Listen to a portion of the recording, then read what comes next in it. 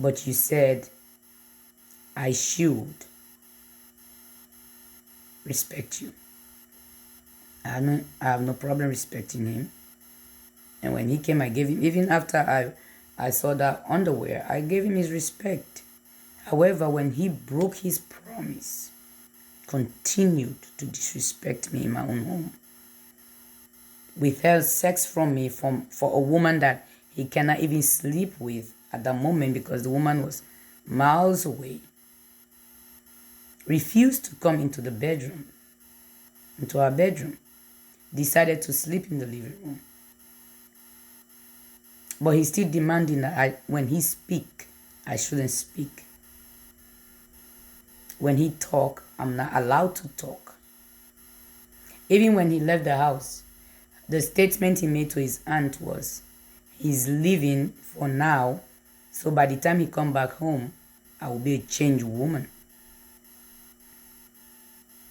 I don't believe he stopped his relationship with the woman, but he, in his mind, I'm supposed to change by the time he comes back. He's still trying to teach me a lesson by leaving. So when he left, actually, when he made that statement, the next day I went to the rental office and asked for them to change the lock because when I leave home, I leave work, I go straight to school. And my son is in the house. Now that he's accused both of us, I didn't want him because he knew how to trigger people. My husband is this person, when you see him, oh my God. The moment you see him, you like him because he's always smiling. He's hiding. He's like, he has this two personality. And the one in the home that is just between us, that nobody sees, and the one out there that everybody sees and like. In fact, when this whole situation happened, one of my friends said, oh, I don't think he did what you're saying you did. He did. So I had to show him the mark on my body and the scratch marks on all over when he grabbed me. And his attitude after he left, when people tried to call him, and his behavior, his demeanor towards them, he was even picking up anybody's call up to this day after a year. He's still not picking up anybody's call. And his statement were, when I leave the house, oh, I will be calling so you and I can start working on this relationship. He never made the effort to work on the relationship.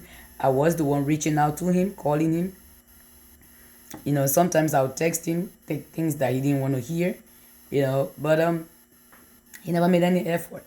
I made all the effort, but it's okay. I know I did my own due diligence, and God will not say I didn't try. I tried, but you cannot force anything on anybody. So this is my own story, and like I've always told my friend, I'm not afraid or I'm not ashamed of sharing it. I believe by sharing it, most people will be able to learn from it, and when my husband left, the first thing I did, I told him, I said I only told him about the house because he's my husband. So both of us, development, you guys are married, you got to do development together. However, if you don't want to have a baby with your wife, you don't want to have a house with your wife, 4.5 years into the marriage, we did not do anything development wise. Nothing. There's nothing both of us can account for that we did together. Every time you bring something to do, there is this day said. I don't know who these day people were. I don't know who these people were he was talking to, but every day he referred to them. They said. And when he came, I told him, I said, don't be a statistics, or don't make me a statistics of men who come to this country when women bring them, and as soon as they get their green card, which is what he did, in my opinion, and that is exactly what happened. He got his green card in September of 2018. And the first time he moved out was November 2018. And then he finally moved out March 2019. Just right after the green card. And I used to tell him, I said, the way his behavior is, his attitude, it looks like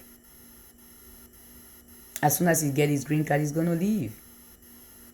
And he did not even try to prove me wrong. The moment he got that green card, when I opened the mail and I saw the green card, I said, oh, your green card is here. I said, now you can file for your son to come.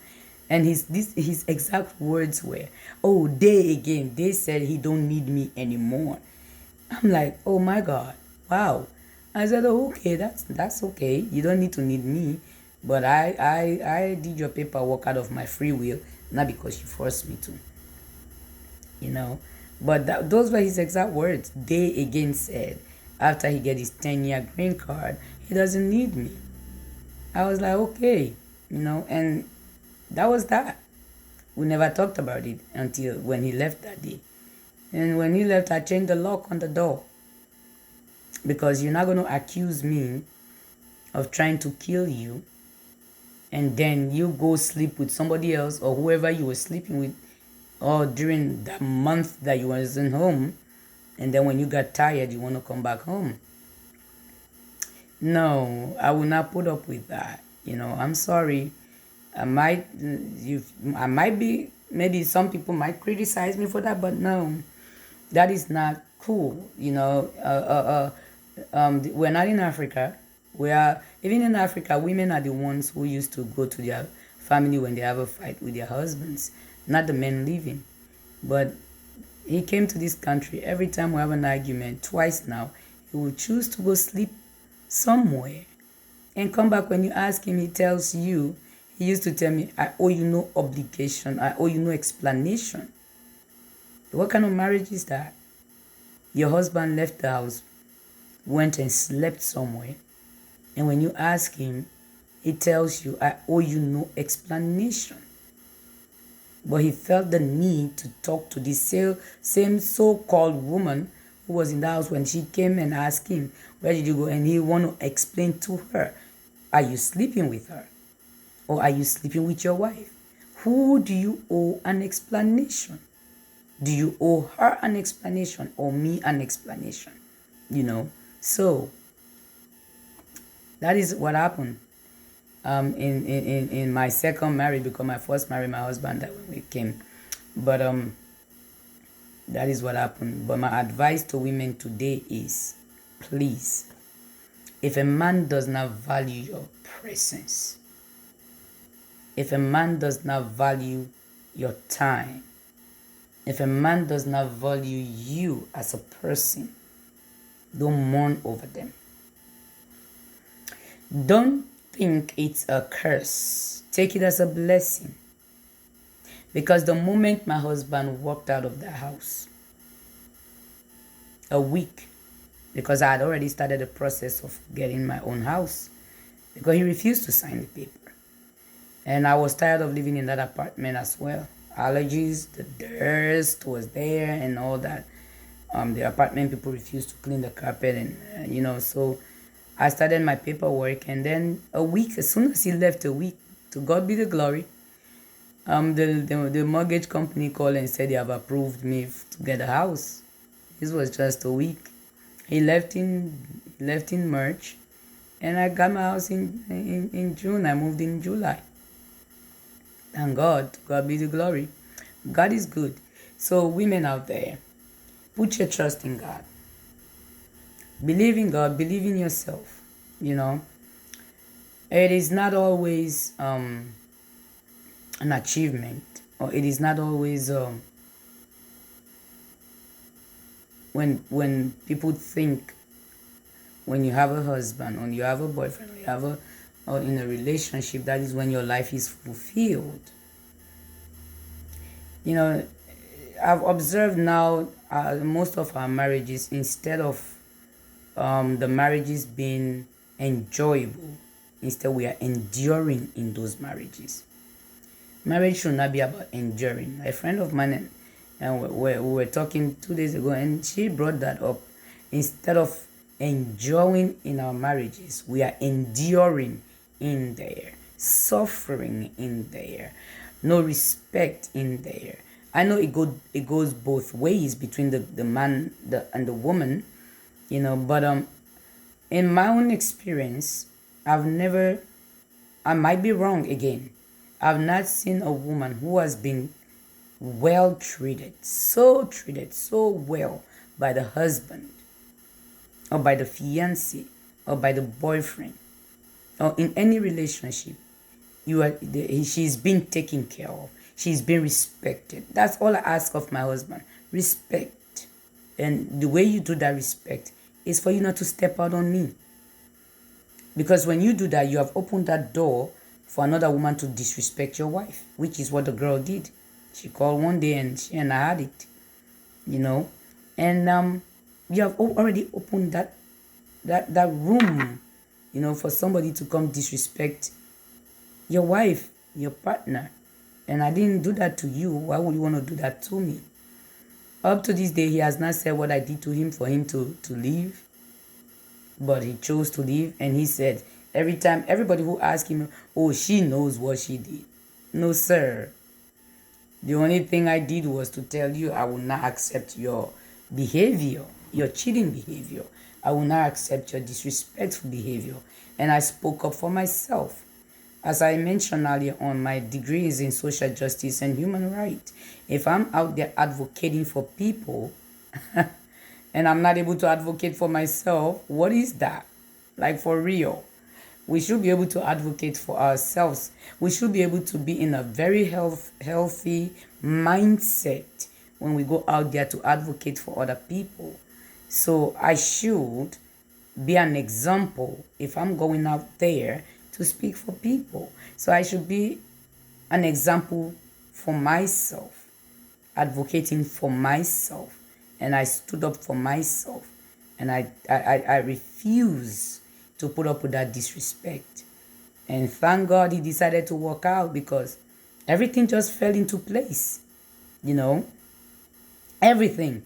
You know, when I became so comfortable, I started gaining weight when he was there. And the first thing I did after I got my house, I decided to lose weight.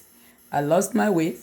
I lost my weight. I know I don't look bad. I'm a beautiful woman, you know, and I'm completing my education, you know. I've achieved, because that is what I call achievement. When a woman do it, you do it on your own. It's not easy. I would tell you guys, it's not easy. However, it is doable. It is doable. So for women who decides to give up, when a man decides to walk out, I will tell you guys, please take care of yourself. Don't give up. Don't lose hope. Don't lose heart. You know, pray. I used to be a prayer woman, a prayerful person, but I was not too much into you know, like those the spiritual aspect of it, if I might put it that way. The spiritual aspect of it. Now, because of this experience that I had, I'm very close to God. My faith, my belief is now, my belief is very solid. You know, my faith in God and my faith in Jesus Christ is very solid right now. You know, the Bible says in Matthew 19 verse 6, it says, so they are no longer two but one flesh. Therefore, what God has joined together, let no one separate. However, he separate. I won't blame, honestly, I don't blame the woman, even though sometimes we have this Jezebelic spirit out there who always want what another woman will have. That is another topic for another day. You know, the character of women in this DMV area, it amazes me. You know, people you consider to be friends are actually the ones who destroy. People you consider to be friends are the ones who interfere into your marriages and now want to act like they care for the man they have called arrogant, the man they have called proud, you know, and now all of a sudden she's the guardian angel for him, if I might say. But it's okay. She's married too. Karma. That's all I'll say. But so to those women, please, please, please, please don't give up. Don't give up. Don't give up in life. Don't lose hope. Don't act as if the world has come to an end. Don't act like the world has come to an end, you know. So you we need to be able to learn to love ourselves for our imperfections. We are not perfect people. We are not perfect human beings. You know, if someone loves you, if somebody cares for you, they will love you for your imperfection. Because no man, even these men, some men who want a woman to be so obedient to them, a woman to subdue, a docile woman, they themselves are not perfect creatures. You require all these qualities, which I have. If you treat me right, I'll give it to you. Yes, if you treat a woman right. I'll give you guys an example. I'm somebody who loves fresh. I love roses. I just love fresh flowers on my table. Sometimes if you go to Safeway or you go to CVS or wherever, you can get it for maybe $6. So I told my husband, I said I love. When he came, he met me buying my own flowers anyway. So I told him, I said I love fresh flowers on the table. He saw that it was there every week. I would order my flowers and it comes. I had no issue doing that for myself because that's what I like. It costs not much. It's nothing, you know. So that's all I required from him. Nothing in respect. He bought it one day. The sooner that one withered, he decided to go buy the fake flower. And I came from school, the fake flower was standing there. And I asked him, what was that? Oh, he goes, well, that don't die. That is all I asked for, fresh flower. But he chose to buy the fake flower. And he said, I need to be submissive. I should subdue. When he speak, I shouldn't speak. I should wait for him to finish his sentence before I open my mouth. Those were his words. Now I'm somebody who, when you piss me off, my mouth is not short. I'm sorry. I'm not apologizing because I open my mouth, but I'm just saying, like, you cheated on me and you said I should not speak. We're having conversation. He said, oh, you should wait when I finish talking. You should not talk when I'm talking. But you have no respect for your wife. I'm so glad that my self-esteem, I valued myself. My self-esteem is way high up there. Because had I not valued myself as a person, this man would have brought me down so low because of his behavior, because of his attitude, because of his demeanor towards me. But I was so happy that I have built up my self-confidence. And this is what I'm trying to speak to other women. Please build up your self-confidence. Build up that character. Value yourself. Know who you are. And no man will ever, or not even nobody, will ever try to put you down. Not even your friends. Nobody. When you value yourself, when you know your self-worth, you have invested in yourself. You will not allow anybody to bring you down, regardless of who they are. Because even in our friendship, you have some people who feels like they are only tolerating you. Or because of certain way you talk, or because they are married and you are not. And because your marriage break and theirs is intact. But like I just said, most of the marriages, people are enduring instead of enjoying in there. Enjoy in the marriage, they are not. But they will stay married because they said society said. I had actually someone who told me that I'm only marrying this guy, or I'm only married to him because society will respect her. So this is the problem in our culture. This is the problem in our African cultures, where women have this pressure on them that if you don't have a husband, if you're not married, if you're married break, meaning society will not respect you. And some of them even want to go to the extent of trying to yell at you when you're having a conversation, or scream at you because they want to act like they're better than you because their marriages are there. You can stay married all you want. It is your life, it is your relationship. But do not judge another woman because she's not married, or because her marriage break, because we're all in the same boat. No, two marriages, there might be some marriages that are really happy that they have never had a fight in their marriages, but you guys can feel free to respond. And those who have been married for 30, 40, 50 years, maybe you guys can chip in and tell us your secret of how you have stayed married for so long.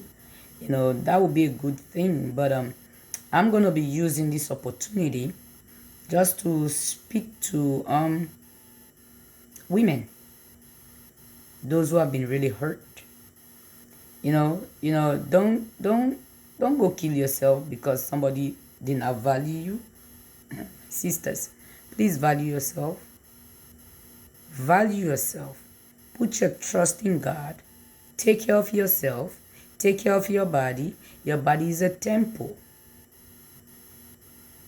Take care of it. Do not allow people to go in and out of there. Respect yourself, and you'll get your respect back.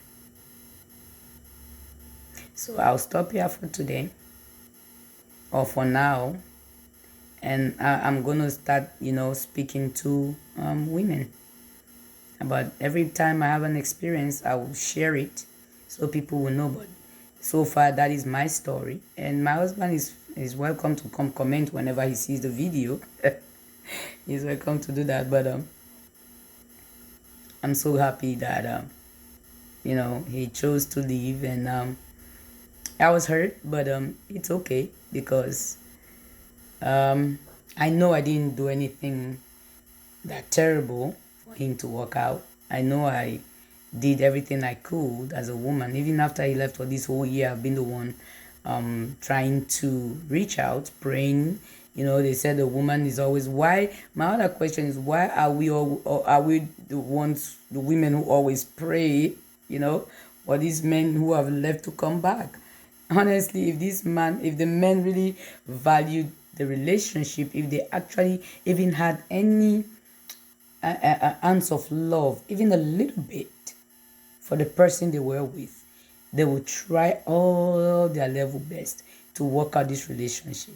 But I tell you guys, even if I was the worst woman on the planet, on the face of this planet, on planet Earth, my husband have never reached out, not even once, to call and say, oh, let's work on this marriage. Not once. Even with this pandemic going on, I was the one who texted him. I said, I hope you're doing okay. Even if you spend 4.5 years with dogs, with animals, with this type of pandemic going on, at least you could have reached out and said, are you guys okay? That was when he responded, oh, I'm so sorry. Are you guys okay? Yeah, we are okay. That's why I'm texting you. Are you okay?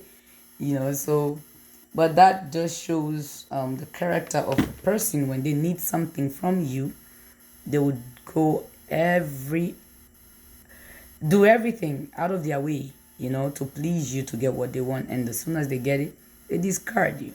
But as women, we got to understand it happens. So don't take it personal. Thank you.